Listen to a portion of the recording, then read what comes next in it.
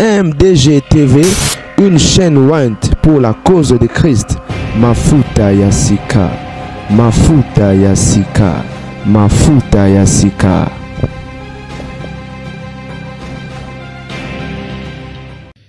Mbote banandi MDG TV Mafuta Yasika. Nza maman n'a pas pambolé la maille nous allons revenir la grande dame avec un grand jet qui a actualité. Il s'agit de l'histoire et de Gonabiso de Patrick Kabouya. Alors, les solos, ils ont fait ça pas si pénal, makasi mingi, les autres libres sont bas détails, il y a réalité, il y a histoire. L'objet n'a pas de émission, il y a des gens et Yindi, et Bimi, et Yokani, et Salemi, et donc, la version Bimatoji a bandé en ligne, et Tina Soukabo, une vraie version, il y a dossier et copima. Et il s'agit de Patrick Lukusa, justice pour Patrick Kabouya, pardon. Bato babomi ezali Arnaud Lukusa na flex Mounoué. O bozo mona mwasi o baweli na betita. Et hier, après Coco de cette émission, na un coup de fil, quand il y a un homme de Dieu qui est vraiment un proche à moi. On a vu pour la message. On a vu même un qui n'a pas na yokuna oyebitende ne. Abi meno ba wana ba petit na ngai.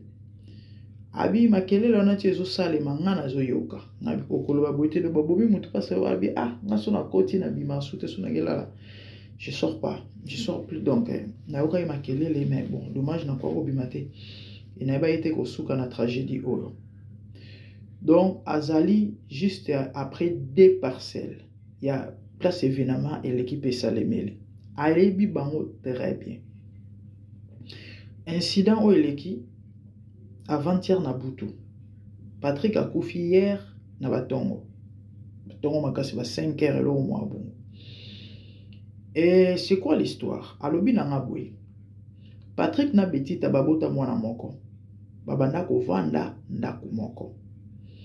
Bino bobika matata ya bolingo ndenge ezalaka esali ke mobala bengana ye mwasi bakanda kaka ndenge ezalaka ya bolingo mais bon ezali kaka na cadre kaka ya bakanda ayebi nde raison te nga natunaki eza te parce que abande kobima na Arnaud abi bola je ne sais pas et certainement ekozala peut-être mpona baraison mosusu nayebi te mais so mpe ekozala mpona Arnaud nayebi pe te abisingaka na yebi réseau eloko bawelela kite mais est-il que biloko ya mwasi ezalika na ndako nini ekoleka mwasi ntango akei noyebika système mikolo ekoma système ya bamoto moko donc quand quelqu'un prend quand quelqu'un laisse quelqu'un prend nde aye kolingana na Arnaud siko Arnaud azanani Arnaud a Master Patrick bayebani ce sont des amis.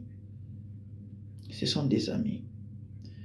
Patrick Tangayoki a commencé à jouer. Nde sikoyo aluki a kangabango ndenge zalaka parce que bane kotuna. Na yoki okomi mwasi ya nani? Yo lingi mwasi nanga. Il y a une vidéo. Oyo comment il s'appelle? Patrick akendaki na gym, na sala gym. Bisika moi ça bana wokene ko jime bisika Arnaud azali coach akendaki kuna pona wokene ko tuna Arnaud ndenge zalaka kolobela ndenge za abi mana moi sina tant que kuna natala je crois na otchela bino vidéo na boza na otchela bino bien que ça un peu flou mais bon comprendre ouais donc là je parle avec des preuves effectivement akene na sala gym. Moi, et c'est la femme qui filmait. Nayoki ndenge, ye coach na kati azotuna la fille. est-ce que yoza mwasi na ye? Et la fille va répondre que et si là. Donc bauta eko kabwana et la fille alingi mobali mususu. Je vous mets cette vidéo pour na nini, comment on dit, preuve. Abino si la batobele ba moni vidéo wana. Et les mecs bino bika mibali ne bazala rabo. Selon de quoi expliquer nga lobi que apparemment kraka mwasi na ye, mais bino bika ba kanda ba love ndenge zala kaka. Mo pe boswa na mo boko ndenge zala kaka. Alors ndeko atikite et quand on explique bino lobi donc esprit de mort et bana déjà olanda ndeko esprit de mort et bana déjà olanda ya affronter bon en salle de gym. Moi ça lobi que no basi lana bien que le coach awanganaki non azam bali na eta azam mwasi na été mais atuni oh est-ce que yo mwasi na ya bino oh mais yo zoko kuna oka moi yo moi aussi on zo kumisa moi ça lobi que yo ne bozala raté atuni mwasi ya mobile na moi ça bino ngana to sila ne sila déjà li solongo et le monsieur a été pemé na caméra wana bon mon ana tchela bino yango ouais. Et puis après qu'est-ce qui s'est passé? Na tchela bino na image wana botalango après bongo to continuer.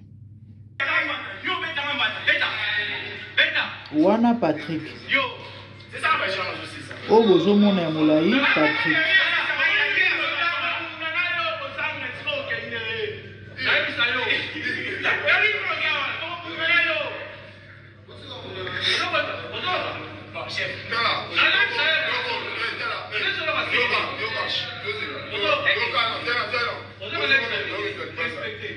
bozo mona Arnaud wana na bras cassé. Arnaud wana na bras cassé.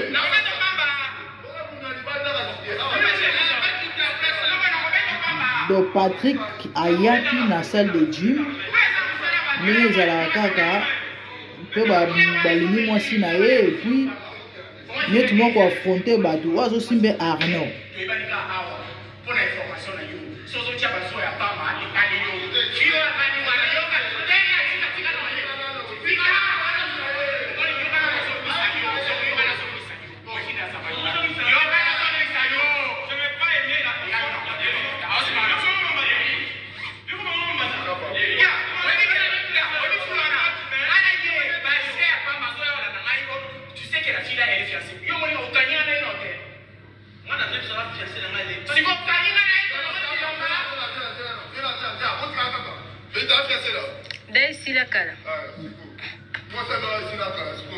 Boyoki et il est là, il vient affronter la fille, avec affronter la fille na caméra.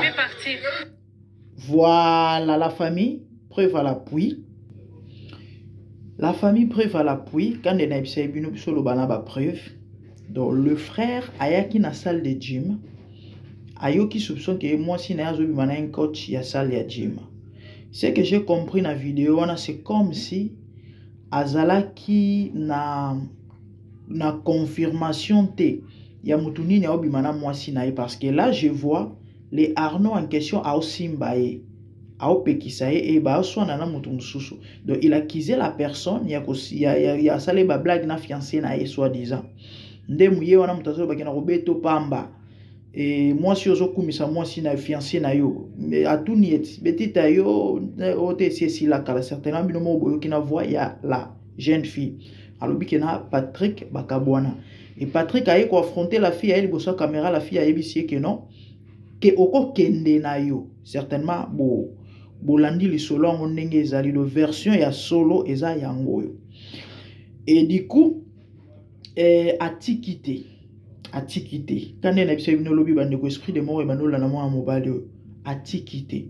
Qu'est-ce qui s'est passé? Babenga kiye ezaki na butu kobeto babeta ko na butu babenga ki une personne abenga ki abise que non yaka tala mwasi na yo azali epa ya Arnaud kocho ba obima na ye nda yaki wanati tango yesu kwa kutu ba obima na portail bo wanga na ke ya communauté moi menace yo ya menace ngali epa na ngai Arnaud lukusa ye wana Arnaud za boxeur mais balobi ana amateur Et un amateur, bon, bien qu'il est amateur, mais un boxeur quand même. Patrick, donc déjà le fait qu'il y a moko, azaki sir na ye, bien que bobalobi ane pays sportif te. Tant voyez sikoyo, n'était à menacer Arnaud. C'est comme ça Arnaud va appeler Flex. Au bon moment tomboli maboro likolo. Qui est Flex? Flex c'est un sportif professionnel. A salaka MMA na photo ango bomo na penza na kati ya na nini na kati penza ya ring ya tatami a obunda. Flex wana bozo mona azamulaye azambinga a salaka MMA sport wa violence ou ya violent makasi wana et azali professionnel. Alors Arnaud a bengi Flex aza juste voisin na ye. Tala Patrick a ko menacer ngai. Na kanda wana babandi ko beta ye. Et ba betie karama kofite. Selon information nga na zu ba betie na ba brique na mutu. Yango bomona ki azo saigner na longi ba beta ki mabanga. Donc la tabassé à mort ba betie na mabanga. Je crois ba image wana l'accès ebino ngo. En fait, c'était ça l'histoire. Ndebo moni moi ça zo pekisa mobali bandi onangeza mami ya pasi. Ndebo mobali esprit de moi bana déjà Hollanda et pour votre information auti ko kunda ba parents nyonso mi baleka mbulo toza. Maman na ye soit papa na ye akufa na février, moko akufi na février mususu lundi après 2 mois. Donc c'est clair que eza ba bitumba famille. Ya on mona ebisa ibino lobi pita ba période eza ba période ozala distraité. Ya ba période ko lukanzambe. Et vous allez vraiment concentrer, c'est vrai, Balukanda, Mikolonio sommet, maman, papa, matissa sacrifice. Et s'éloigner dans moi, Mambo et Bike, ils auront mon tout, surtout dans les réseaux sociaux. Accueillir na sala jimbande ko bomoni bino Mambo leki. Et moi, si wangani, effectivement, bazala qui souté parce que, bon, bien qu'il y ait pour na mon ekezega bakanda bolingo, mais moi, c'est aligné souté, moi, c'est mon mobile, mon sous. Papa tika le kanzela okufa liwabu zoba siko na minute yo bande konanga aza entre ciel et terre et pendant que je vous parle Arnaud na Flex baza en fuite et ben il faut pas faire face à la justice on doit les arrêter baki na on mabe baki na on likolo mingi bino boami balé bokero beta moto ole bo corriger ka ta ya normal bokero beta moto na ba brique et ti moto kufi la fille baza ya kokima. Mais na loi moi na mwasi wana ana asali mabe moko te ba okanga ete po assister ki la personne en danger. Vous avez vu dans les images comment est-ce que abane ko pekisa Arnaud azo kanga même et puis Arnaud azo kata azo beta continue beta Patrick. Vous avez vu ça hier. Donc pour na bato balandi émission ya lobby te bokene émission na sala ki lobby vous juste avant oyo bon mon ndenge ba beta garçon oyo na tchaki on azo vraiment risque ya ochango bien que na poni kota ba makila na longoli. Donc la fille a meka quand même kopé qui sa bango mais ba yo ki était mais na minute baza en fuite ba onyo sumisatu na Arnaud na Flex na Betita baza ko kima. De vraie version yango na pesibino na ba image ba preuve je vous ai montré. Et à moi mingi za passé na même pas commentaire ni na sala okufaliwa buzoba c'est triste La famille, abonnez-vous massivement sur MDG TV Mafuta Sika. Activez la cloche pour ne rien rater, partagez et commentez si vous avez des suggestions, Tozawana. Et voilà, donc c'est un peu ça. Je crois dans mon abonnement na épisode Moussoussou. Pour ça, au sala ba émission, ba matière c'est tellement belle mais ngonga bandeko busy à kosakanate. Mais bon, espérons. Que Dieu vous bénisse. Moi c'est la grande dame. Merci, au revoir. Bye.